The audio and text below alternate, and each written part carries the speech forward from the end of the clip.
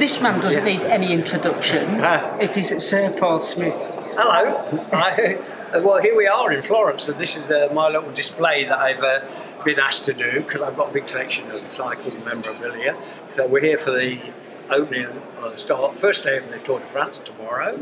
They had the team announcement yesterday, which was awesome. All the riders riding up the hill in Florence, and this is stuff that I've got. You know, like this shirts from Ulrich, from Geraint Thomas. You know, even from the past. Nick, yeah. No, you've just done a talk on the stage, and what struck with me, and which I found was nice. Now I'm from up north. I struggle with that, with sounds of words, and it sounds like you do the same. You struggle with all the names of all the bike riders. Even I'm not sure you even say Campagnolo. Yeah. Instead of Campagnolo, I've been taken apart on YouTube for that before. Do you think all that matters? The real intricacies of cycling, or is it just the passion? I suppose you know, it depends who you are. For me, the passion of cycling is enough. Yeah. How did you start? Because it's obviously you grew up in a period when Mirror the Cyclist, or even winning wasn't even around. I mean, how did you get in? How did you get this is my first junior license as a bike rider. There I am there. Aged whatever it is, you have to be 15, I think, to be a junior. I started bike riding when I was 12, and it was just completely by chance that a guy that my dad bought a second-hand bike from was a member of the local camera club. He was a member of the local camera club that my dad started, photography, but also he was a bike rider. My dad bought a bike from him, and he said, if your son wants to get into bike riding, we'll take care of him. I know he's only 11 at the time, no problem. And then I started going out, and then they encouraged me to race, and then fell in love with the bike riding. So it was age 12, so early days. It was very hard to get any information about bike riding.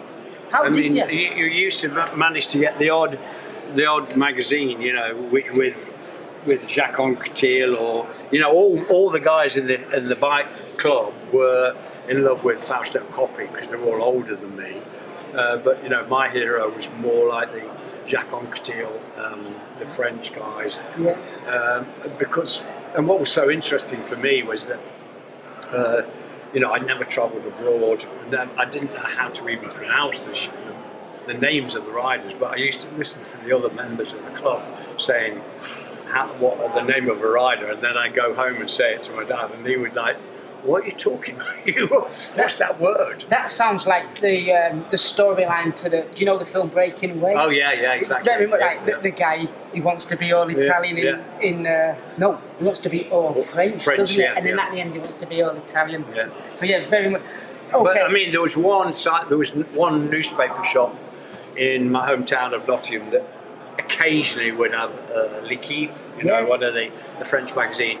And I'd save my pocket money up, and they'd be like, a bike rider on the cover, and I'd buy it, and then the rest of the magazine would be football, which I had no interest in at all. But it was exciting. It was good. I learnt a lot because I have my own company for many years now, and teamwork, riding as when you're riding mass kart road racing, then obviously it's all about teamwork, and that taught me a lot, really. Certainly. I've noticed you've got a Harry Hole down there. Yeah, that's my old bike. That's I'm on the video. That's what I'm riding on that video. Nice. Yeah, how did you come by a bike made in Manchester then?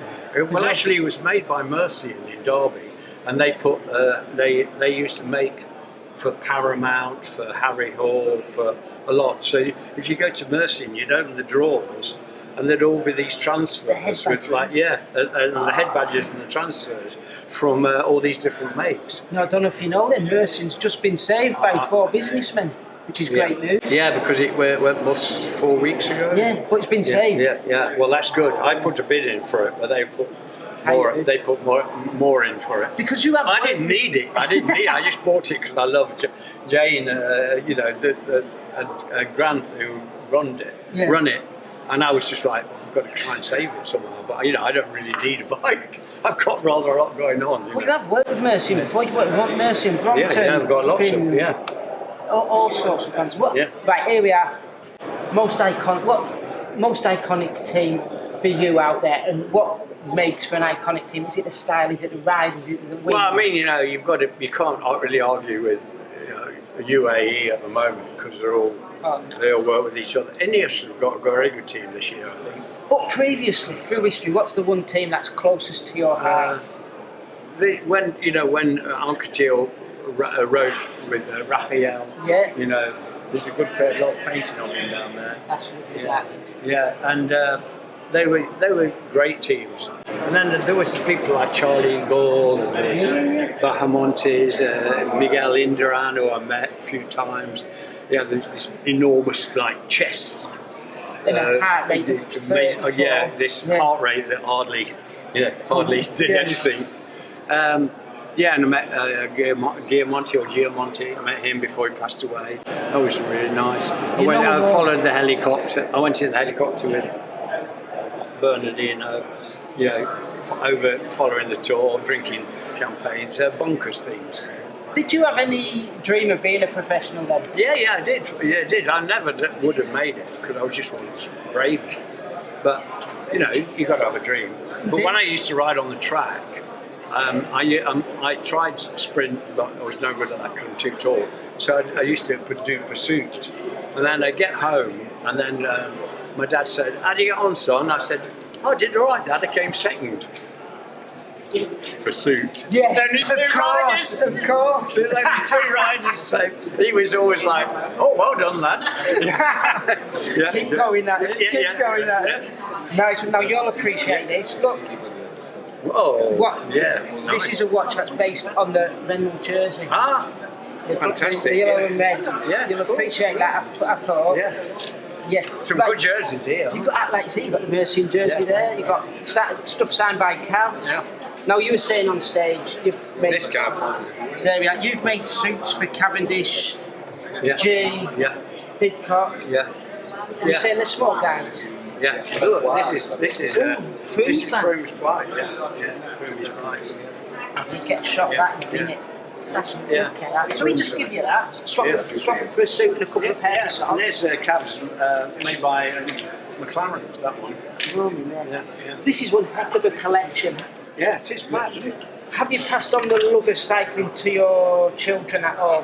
Well, I haven't got any kids, but if I did, yes. Sorry, there's my research out the window. No, but I've got lots of bike riders in the company, and we work. We've been designing for Rafa since day one, and then we've been, we do our own jerseys as well, Portsmouth jerseys. Does that love of cycling pour through the company then in the design? Yeah, absolutely. And we've got a car park. Instead of a car park, we've got a bike park. Good job. Yeah, 50 bikes, 2 showers, washing machine, dryer, ironing board, so the kids can come in on their bike, have a shower. If they need to wash the clothes, they can. So we encourage it like crazy. Yeah. What bike do you ride into work on then? I've got a sit-up and beg one, like a Danish one. It was made by Handmade Bikes in Copenhagen. But I've got Bradley's old giant bike in my house in Italy. I've still got about 20 bikes at home that I brought here. And there's probably about 11 here. 10 or 11 here. Yeah. Flipping heck, right. I think you're a wanted man, aren't you? Yeah, you're I think so. Wanted man. It's been an absolute pleasure to meet you. Bye. I will pop in on one of the Saturdays when you're doing your Saturday job. Yeah. Thank you for your time. No, that's been superb. You're an absolute gem.